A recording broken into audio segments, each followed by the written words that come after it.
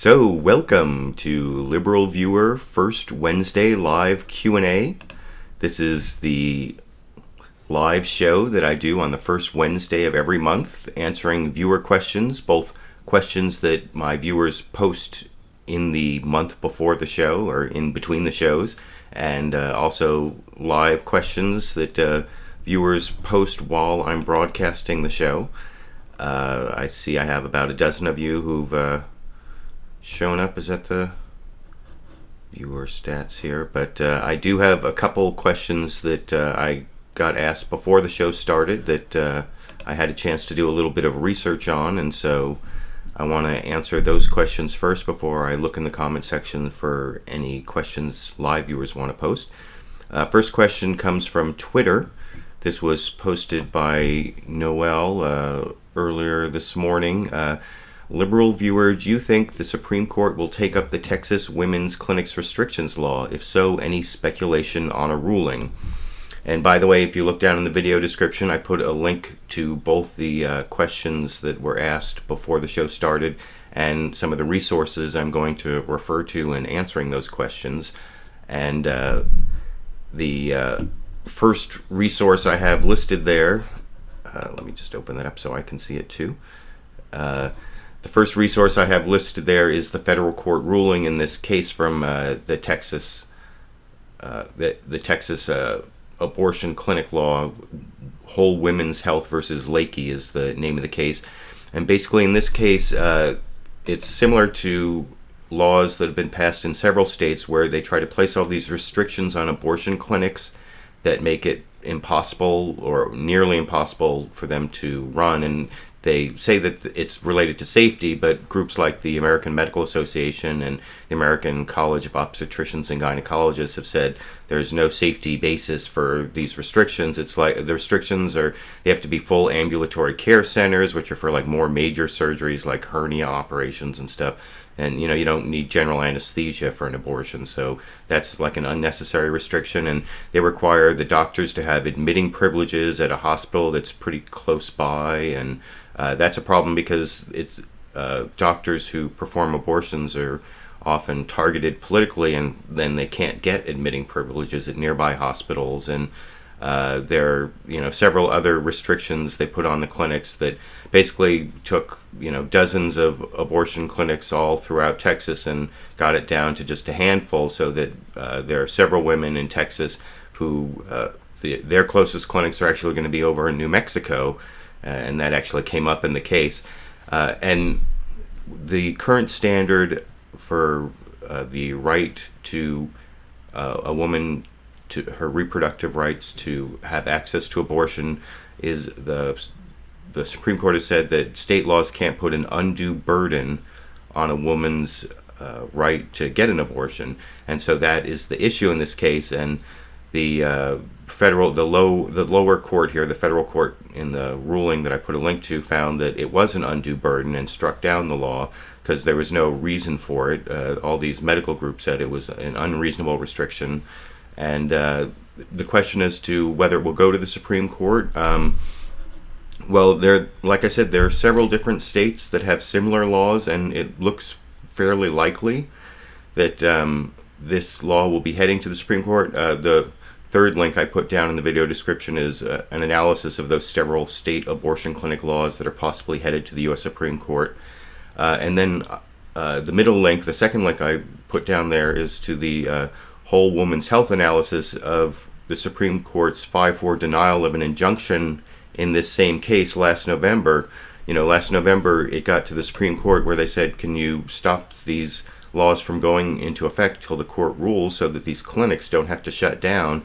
And the Supreme Court said by a 5-4 decision, no, we're not going to. And you can see there's a majority opinion there, and there's a minority opinion from Breyer, and Breyer, who represented the 4 votes, said that he thought this case would be coming to the Supreme Court. And if it does come to the Supreme Court, as to what's going to happen there, well, of course, the big swing vote on abortion is Justice Kennedy. And Kennedy, it's hard to say what he's going to do on an abortion case. He's only struck down one law is too restrictive on abortion real early in his career, the Casey case. and that was a law that said that women had to notify their partners, or basically notify the man before getting an abortion, or was it consent? It was notification or consent. By the way, in the Texas law, there is minors need to get parental consent before having an abortion, so that's another restriction. But anyway, in the Casey case, that's the only time that Kennedy's ever struck down an abortion law, and maybe the fact that these hospital privileges sort of gives hospitals a third-party veto on a woman's right to abortion, but I don't know, the way things are leaning, and especially if you look at that 5-4 denial of the injunction, it looks like Kennedy might be on the side of upholding these laws, which would, be a really bad precedent. So I hope that answers Noel's question sufficiently on the Texas abortion clinic law and what's going to happen with that.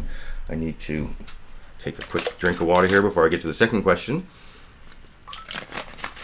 which is by one of my more prolific question askers, Terry Alther. I put a link to the question down in the video description, but here's the question, and let me get this up. It's basically, he asks, he saw my video on pulpit preaching and remembered the Young Turks coverage of the aftermath of the IRS scandal, and basically saying that thanks to disproportionate scrutiny the IRS faced, it won't be able to monitor any of these 501c3 and 501c4 groups from abusing their statuses.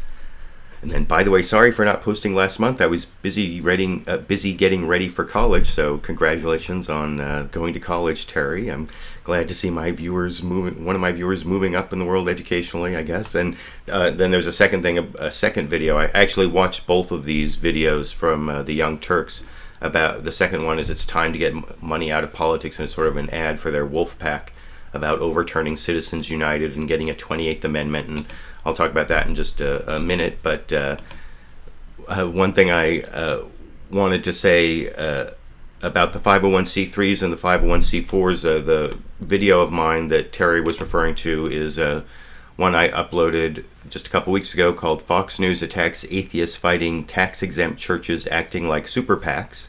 And if you're watching this as a recorded show, I should have a link up so that you can watch that video. And I actually had to do quite a bit of research for that video about what 501c3s can do and what 501c4 organizations. 501c3s are charitable organizations like churches and nonprofit charities that not only are they nonprofit and all of their activities don't have to be taxed, but if you give donations to a 501c3 like a church or other charitable group, that's a tax-deductible donation. You can take that off of your taxes.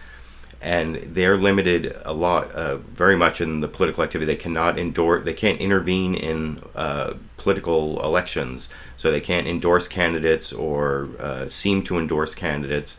And that's why in my video here, I talked about this pulpit initiative with Freedom Pulpit Sunday, where this right-wing Christian group is trying to get ministers to endorse candidates from the pulpit and basically violate 26 U.S.C. 501c3 that says that churches and other charitable organizations cannot intervene in political elections. So that's the 501c3. The 501c4, they're supposed to be social welfare organizations, and that's kind of, I wasn't sure, it didn't seem like Cenk Uygur had it quite right in his analysis back in the first video that Terry Alther was talking about there. 501c4s, even though they've been misused, they're supposed to be primarily social welfare organizations, so they are allowed to endorse candidates if they want to, as long as it's not the primary purpose of their group. They have to be, and social welfare doesn't mean that they're allowed to promote a political candidate or a political party. It has to be some nonpartisan, non-political social welfare purpose. And I do agree with the main point of one of the main points Cenk Uygur was making in his video about how the IRS is not enforcing the rules I was just talking about. And that was also one of the points I was making in my video, is that these groups that are supposed to be, charitable groups or social welfare organizations are really being used as fronts to launder political money and large amounts of political money. And one of the things they've been doing after Citizens United is they can put both corporate money and then these big donor, the 501c4s or the super PACs, and they're allowed to do their issue advocacy. That's one of the reasons they don't specifically endorse political candidates or coordinate with them. It's independent expenditures, and if they don't endorse the candidate, then they have a better argument there that they're being educational and not not violating their 501c4 status. And so I agree with some of what Cenk Uygur was saying, but his solution, this 28th Amendment overturning Citizens United, the problem with it is that if you actually write the text of the amendment out, there are a lot of problems. There are always like major unintended consequences, or actually fairly easily foreseeable consequences. And one of the things that I find kind of weaselly about the Wolf Pack position on the 28th Amendment, here I'll put up, while I take another quick drink of water, you can look here that Wolfpack says that they won't have specific amendment language. And they have some principles, but of course when you don't have the language, it's hard to really get behind the effort. And the whole thing about corporations not being people and not having rights, well, they're just those principles, if they're not written carefully, can have a lot of unintended consequences. Of course, the New York Times is a corporation. A church is a corporation. The ACLU is a nonprofit corporation that I work for, and it does a lot of good work. And I'll talk about that a little more in a minute after I show you this actual text of an amendment. I also put a link down in the video description to here. Let me just see. Oh, check it out. I've got about 20 people watching. That's nice. So yeah, down in the video description, I put a link to a text of a constitutional amendment that was actually introduced into the U.S. Senate by Senator Tom Udall, supposedly to overturn Citizens United. And this is sort of a shot of it. There's a bottom part here where it says, "Nothing this amendment shall be construed to abridge freedom of the press." I didn't include that here, but you can see the whole amendment, like I said, by clicking on the link down in the video description. So that tries to get rid of the unintended consequences of getting rid of the free speech of the New York Times. But you can see here, the idea is, and this is the one on federal elections, there's another section right below that does the same thing for state elections, but it says that the Congress shall have the power to regulate the raising and spending of money and in-kind equivalents with respect to federal elections, including through setting limits on 1, the amount of contributions to candidates for nomination for election 2 or for election 4 election 2 or for election 2 federal offices. So I think I messed that up. Oh, and that one's not so bad, but then the part 2, the amount of funds that may be spent by, in support of, or in opposition to such candidates. Now that is a huge problem right there. It basically, any money that you spend that supports or opposes a candidate for federal office can be regulated by Congress. That is a huge, huge cut to your First Amendment rights. Suppose I want to put together a group that is really opposed to NSA spying. This is something I talked about in the comment section in a previous video. So I want to get $10 from 1 million people and spend that $10 million letting people know about NSA spying and putting together a record of how people in Congress are voting on NSA spying, whether they're voting to rein in NSA spying or not. And so I want to spend all this money based on all these small contributions to let the people know what the bad things people in Congress are doing, or even the president is doing. Now, all of that's money that I'm spending that is opposed to members of Congress, at least the ones who are voting ways that I don't like, right? Or if the president's doing something I don't like and I want to, spend money to, printing up leaflets or making, video production or, anything. I mean, that's the problem with a constitutional amendment that tries to restrict campaign finance spending without taking into account how much political speech requires the spending of money. It's not that money equals speech, it's that so many things that you do if you want to engage in politics requires you to spend money to do it. And so I just wanted to show you that. And then the last thing that's down in the video description that you can look at is the ACLU analysis of that Tom Udall amendment, which has many examples of the bad consequences of that kind of regulation of your First Amendment right to free speech. And so, I get a lot of negative feedback from my left-wing viewers who really want to overturn Citizens United and who want to have a constitutional amendment that restricts the way that, or that lets Congress restrict campaign finance spending. And I think that people don't think very carefully about how much speech is dependent on the spending of money. They just say, I don't believe money equals speech, but they don't really think about what that case really said, which never said money equals speech. It actually said that some political activity involves the spending of money, and just because it involves the spending of money doesn't mean that it's not protected by the First Amendment.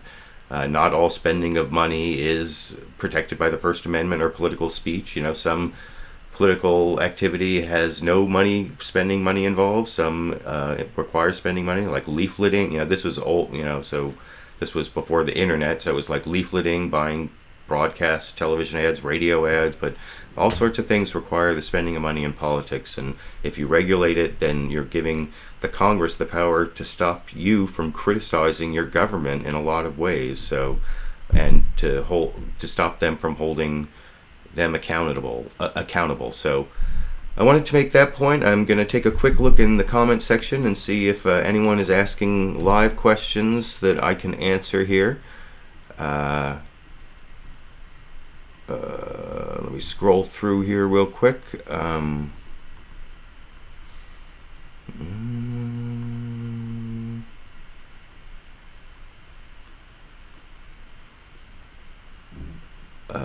LiberalViewer Network asked me, with multiple conflicts aboard, could John Titor, who I'm sorry I don't know, which is why I kind of like it when people ask questions beforehand, be right that World War III is coming by 2015? Well, World War III, I think that there are a lot more safeguards in the world order than we had before World War I and World War II. The League of Nations did not have as much ability to resolve conflicts as even the United Nations does, which doesn't have a lot of ability to resolve conflicts. But there's just so many more mechanisms to resolve conflict that I'm not saying that it's impossible, but for those conflicts to erupt. And then the consequences in the post-nuclear era for a real world war, where I guess would the U.S. be on the opposite side from Russia? I assume and then which side would China be on? How are they all going to get involved in a conflict with each other? I suppose it's possible, but I could see a wider conflict in the Middle East. I could even see hostilities breaking out between Russia and Europe, I suppose, although I think that is really unlikely for Russia versus NATO to actually happen, just because the downside for both sides is so high. I think a wider regional war in the Middle East is a lot more possible, although not necessarily probable. But I'm sorry I don't have a chance to read the analysis of the specific person you're talking about. Malkadon said, so is liberal a true political ideology of itself, or is it just anything the right wing disagrees with? Well, over on my channel page, I have a link to several dictionary definitions of the word liberal, and liberal actually isn't even that much of a political ideology. I think some people confuse liberal and left. Liberal really means being tolerant and open to new ideas and supportive of civil liberties and the freedoms that let people express themselves and engage in civic activity. And so I think actually some people who call themselves right-wing should even call themselves liberal as well if they believe in those principles. But of course the word liberal means different things to different people. I like the dictionary definitions, and I've tried to sort of promote those values with my LiberalViewer channel, but I don't know how successful that has been. Let me take a couple more questions here. I'm starting to lose steam a little on my ability to talk here, but Cruz 2 says, how would you go about getting public financed election if the federal government is corrupt?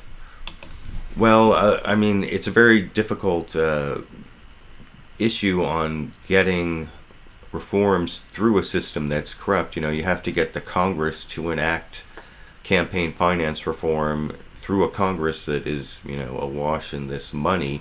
And, you know, all of my opposition to this constitutional amendment stuff doesn't mean that I don't think there's a problem with money in politics. I do think there's a problem with money in politics, but I do think that publicly financed campaigns, which have never really been tried other than the like presidential matching system that lasted for several years but then wasn't tied to inflation, and it got too easy for candidates to opt out, and so it's no longer applies. But I think if we did have these we could pass legislation that gave large amounts of public money to candidates who, you know, only took contributions up to $100, something like that. I think there's even legislation like that, and Lawrence Lessig's group, I think, is supporting legislation like that, and it hasn't been tried. And I think that maybe Lawrence Lessig's group, Root Strikers, may have a chance because they're raising money to support candidates that support these kind of reforms. So maybe it is possible. I'd like to see, you know, I would definitely support efforts for publicly financed campaigns. It's just the constitutional amendment that always has unintended consequences on free speech. That's the part that I oppose on the whole Overturn Citizens United thing that people are always saying. And the other thing that would also help is if some of the laws that already exist were enforced better. The IRS regulations that I was talking about, where if 501c3s and 501c4s especially had to really be primarily social, and they're actually supposed to be exclusively social welfare groups, not even just primarily. If you read section 501c4, it says exclusively social welfare, not primarily. So if the IRS were really enforcing that and those groups weren't engaging in so much political activity, then they wouldn't be able to hide behind those type of groups that don't have to disclose their donors, and it would go through the stuff that the FEC regulates, and it would at least be more transparent. We'd know, you know, where the money was coming from and where it was going. And also the thing about coordination, that hasn't been enforced very well, where the super PACs, everyone knows who's the super PAC that supports which candidate, and they, you know, do the things that help out that candidate, and they even use like staff members who work for both campaigns or used to work for one campaign. And I mean, there's really no enforcement of the fact that the super PACs are supposed to really be independent and not coordinated with campaigns. So some of the problems could be solved that way as well. So I don't know if that answers that question a little bit, but let me scroll up a little more. That was Cruz 2 asking that. This is, let me scroll up and see if I can. Charlie Dog 2, go figure, corps are not people. Yeah, well, I mean, that's definitely true. Corporations aren't people, but sometimes it's beneficial to treat them legally like they are the equivalent of people in the law.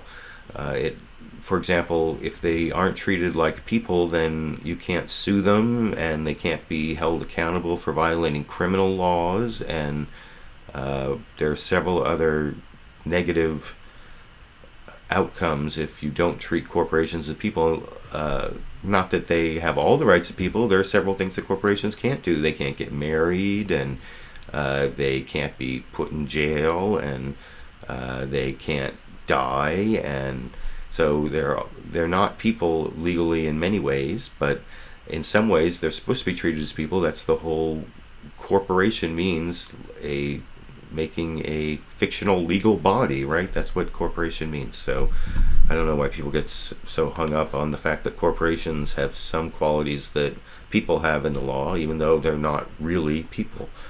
I think I've gone about half an hour now, and I've answered several questions that people asked live, and I'm having a little problem like refreshing the comments. But I notice I got up to over 30 people for the live show, and I appreciate all of you who showed up. And if you're watching it as a recorded show, let me know what you think about the topics I discussed. And even in this video, if you post a question for next month and you say, here's a question for the October Liberal Viewer Wednesday or something like that, I will tag it and save it, and I will answer the question on the first Wednesday of October at 4:30 p.m. Pacific. Also, join me on Sunday for Liberal Viewer Sunday Live Clip Roundup at 6:30 p.m. Pacific, where I take the best clips from the Sunday morning news analysis shows and sometimes add in a little political comedy.